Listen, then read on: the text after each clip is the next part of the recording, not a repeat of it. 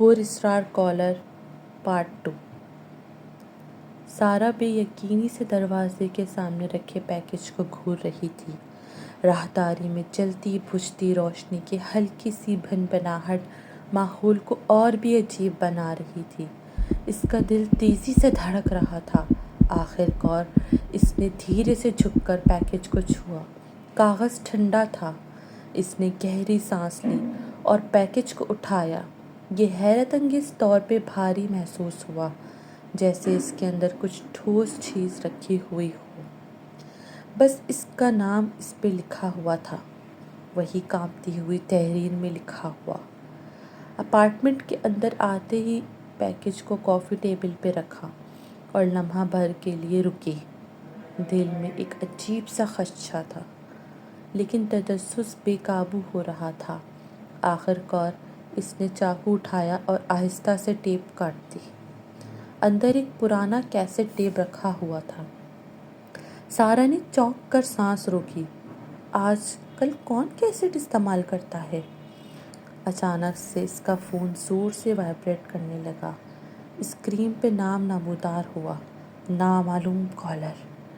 سرد کی خوف کی لہر ایک بار پھر اس کی ریڑھ کی ہڈی میں سرسرایت کر گئی۔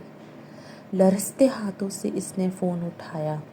چند لمحے خاموشی رہی، پھر وہی سست بھاری سانس لینے کی آواز۔ سارا نے بے اختیار فون کو مضبوطی سے پکڑ لیا۔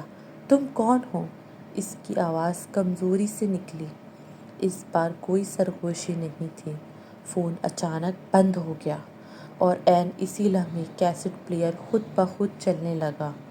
ٹیپ سے ایک گمبھیر بگڑی ہوئی آواز ابھری، مجھے ڈھونڈو، مجھے ڈھونڈو، اس سے پہلے کہ وہ مجھے ڈھونڈ لے۔ سارا کے سانس اٹک گئے۔ کیسٹ پلیئر کی ہلکی سی گمبھیر آواز پورے کمرے میں گونج رہی تھی، مجھے ڈھونڈو، اس سے پہلے کہ وہ مجھے ڈھونڈ لے۔ کمرے کی فضا ایک بھاری ہوا سی محسوس ہونے لگی۔ وہ بے یقینی سے ٹیپ کو گھور رہی تھی۔ اس کا دماغ سوالات کی یلغار میں الجھ کے رہ گیا۔ یہ کس نے بھیجا ہے؟ وہ کون ہے؟ اور یہ سب کیوں کر رہا ہے؟ مجھ سے کیا کرنا ہوگا؟ اچانک کھڑکی کے باہر کسی کے چلنے کی مدھم سی آہٹ سنائی دی۔ سارا کا دل زور سے دھڑکنے لگا۔ وہ تیزی سے اٹھی اور کھڑکی کی طرف بڑھی۔ باہر گلی سنسان تھی۔ قہر میں ڈوبی ہوئی سڑک پر صرف اسٹریٹ لائٹ مدھم سی روشنی تھی، لیکن اسے محسوس ہو رہا تھا کوئی وہاں موجود تھا، چھپا ہوا دیکھ رہا تھا۔ اسی لمحے دروازے پہ 3 ہلکی سی مگر سخت دستک ہوئی۔ سارا کا پورا جسم سن ہو گیا۔ دل کی دھڑکن اب اس کے کانوں میں سنائی دینے لگی۔ اس نے آہستہ سے دروازے کے سوراخ سے جھانکا، لیکن باہر کوئی نہیں تھا۔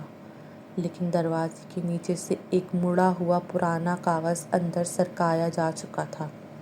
وہ گھٹنوں کے بل بیٹھ کر آہستہ سے اس کاغذ کو اٹھانے لگی۔ کاغذ کی سطح کھردری تھی، جیسے برسوں پرانی ہو۔ اس پہ صرف ایک جملہ لکھا تھا، دیر مت کرو، وقت ختم ہو رہا ہے۔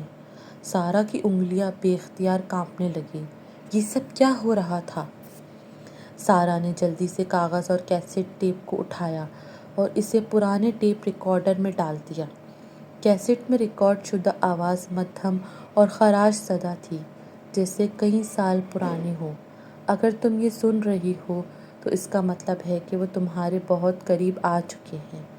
سارا کی آنکھیں حیرت اور خوف سے پھیل گئیں۔ یہ پیغام براہ راست اس کے لیے تھا۔ آواز نے بولنا جاری رکھا، میرے پاس زیادہ وقت نہیں ہے۔ میں نے جو کچھ دریافت کیا ہے وہ خطرناک ہے۔ تمہیں میرا آخری سراغ تلاش کرنا ہوگا۔ وہ لائبریری میں ہے، پرانی اخباری فائلوں میں۔